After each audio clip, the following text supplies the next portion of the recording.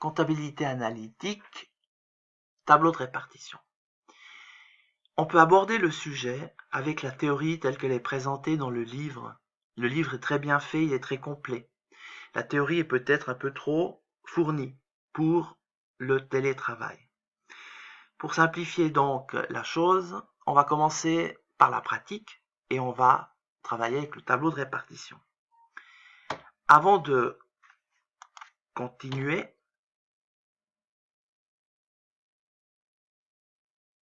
il vous faut vous munir des données que vous avez dans le fichier document de travail que vous trouvez sur Moodle. Vous y trouvez, regardez bien, le tableau de répartition ainsi que les données sur 2 pages. Ici, vous faites donc pause et vous allez chercher ces documents. Quand vous les avez devant vous, imprimés, on reprend la vidéo. Ce tableau de répartition, il se présente de la manière suivante. Alors, ici, vous avez quelque chose d'important. Voici votre entreprise. Elle est ici.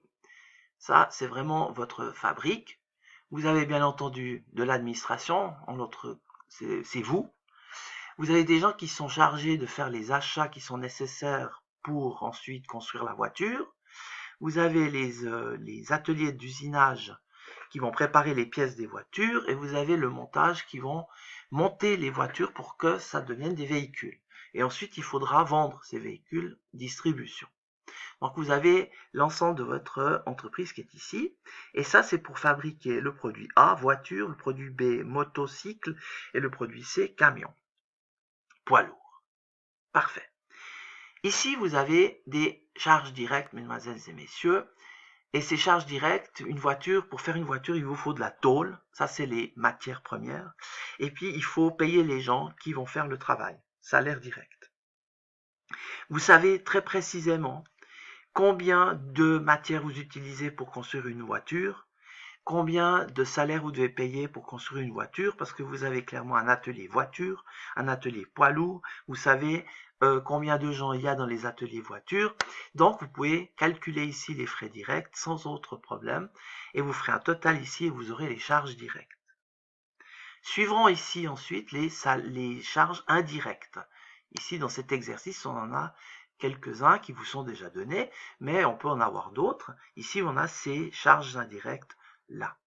Pour le reste, on le verra par la suite. Pour simplifier la présentation sur cette vidéo, le tableau de répartition, je vais vous le présenter de manière découpée. Il faut toujours avoir en tête le tableau de répartition que vous avez devant vous d'ailleurs.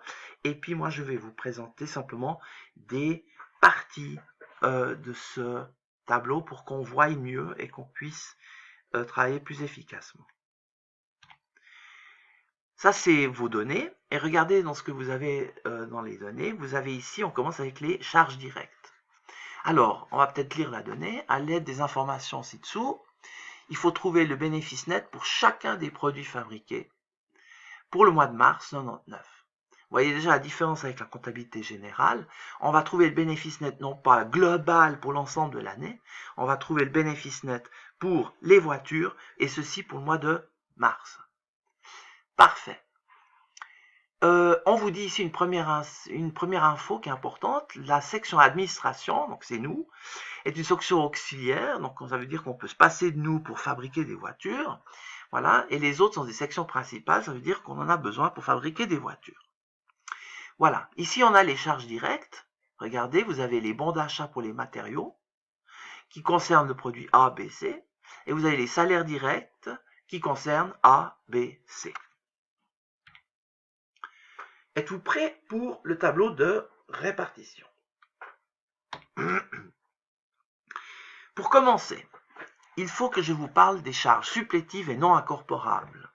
Ça sonne très très compliqué, mais c'est extrêmement simple. Au lieu de dire supplétive, on pourrait tout simplement dire supplémentaire. Et puis, par non incorporable, on pourrait dire superflu. Ici, regardez, vous avez en rouge bordeaux, vous avez les données de la comptabilité générale. Certaines de ces données, ici, sont dites non incorporables. Ça veut dire simplement qu'on ne les veut pas dans la comptabilité analytique. Et puis ici en bas, vous en avez qui sont supplétives. Donc ça, c'est des données supplémentaires qu'on n'a pas dans la comptabilité générale, mais qu'on va ajouter parce qu'elles sont importantes pour le calcul de nos prix de revient des différentes voitures. Donc, dans les données qu'on vous donnera, il y aura des charges qu'il faudra enlever et des charges qu'il faudra ajouter. On va surtout garder supplétives, c'est celles qu'il faut ajouter. Voilà. Et c'est parti pour ce tableau de répartition. Alors, on parle des charges directes, on parle des achats et des salaires, je vais vous l'expliquer juste avant. Voici ce qu'il faut faire. Ici, dans prix de revient ABC, vous allez marquer ces chiffres dans les colonnes, dans les cases correspondantes. Et ici, vous faites un total. On continue.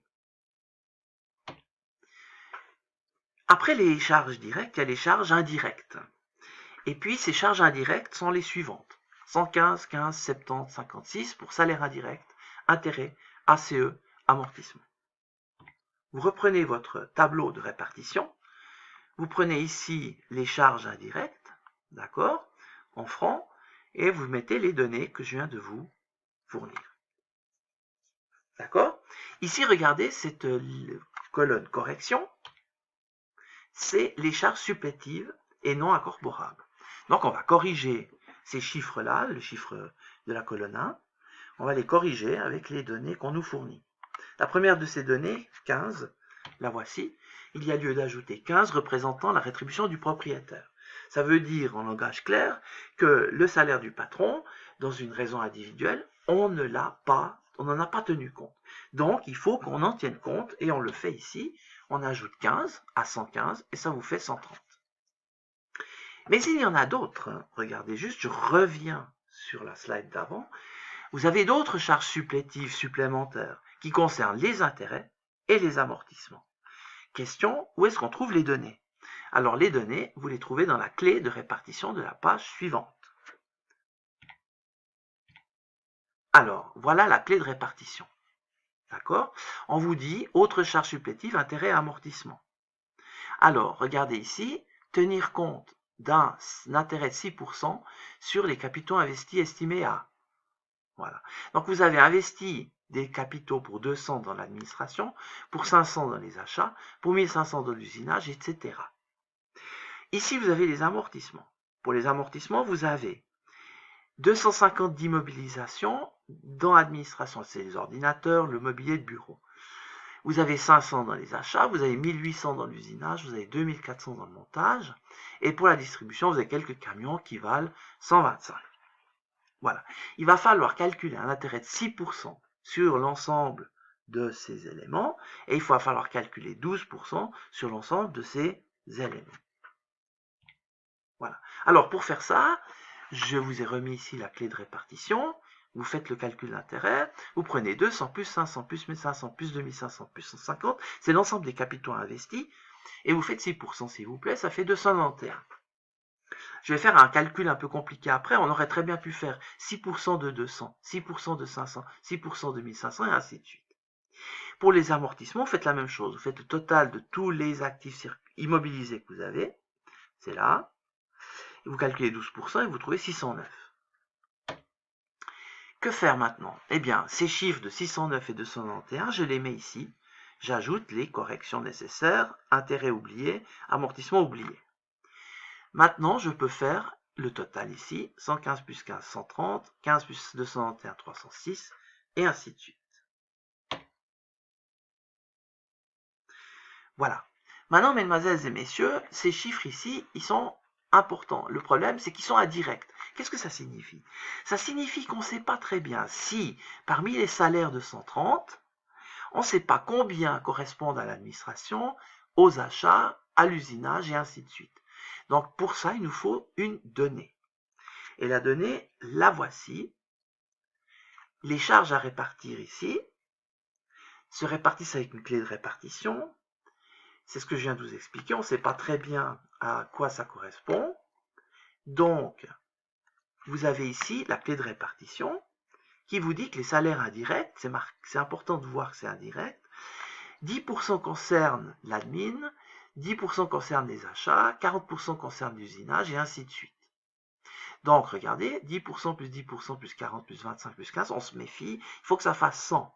Bien sûr, c'est l'ensemble des salaires indirects, donc il faut que ça fasse 100, et on sait que les salaires indirects, c'est 130. Vous me dites, comment je sais ça? Regardez, c'est ici, les salaires indirects, c'est bien 130.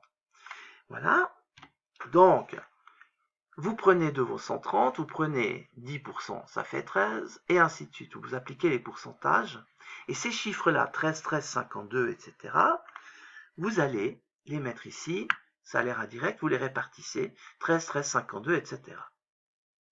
On va faire la même chose avec les intérêts. Alors, les intérêts de 306. Donc, regardez bien, on a ici bien 306.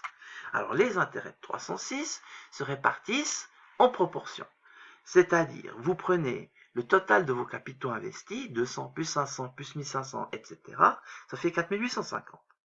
Vous divisez les 306 d'intérêts par 4850 et vous trouvez 0,063.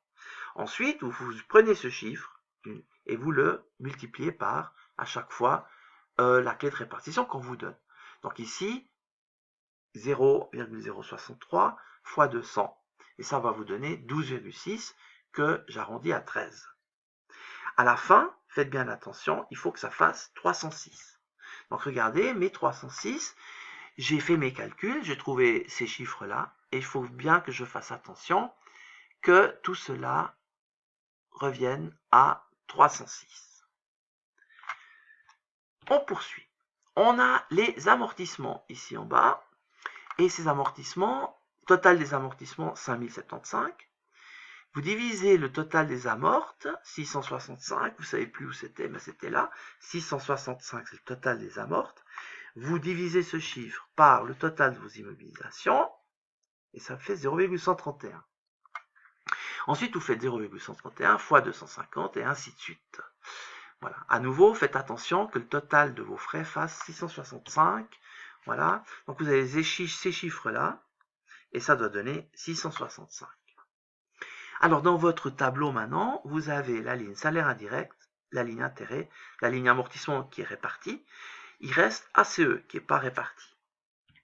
Alors, pour les ACE, qui sont de 70, regardez ici, ils sont de 70. Alors, se répartissent ainsi. C'est marqué ici, ACE dans votre clé de répartition, 3 par 4 par 9 par 7 par 5 par, 3 plus 4 plus 9 plus 7 plus 5, ça fait 28. Mes ACE sont de 70, c'est une règle de 3. Vous pouvez faire donc 3 fois 70 divisé par 28 et vous trouvez 7,5. Faites gaffe, à nouveau, la somme doit faire 70.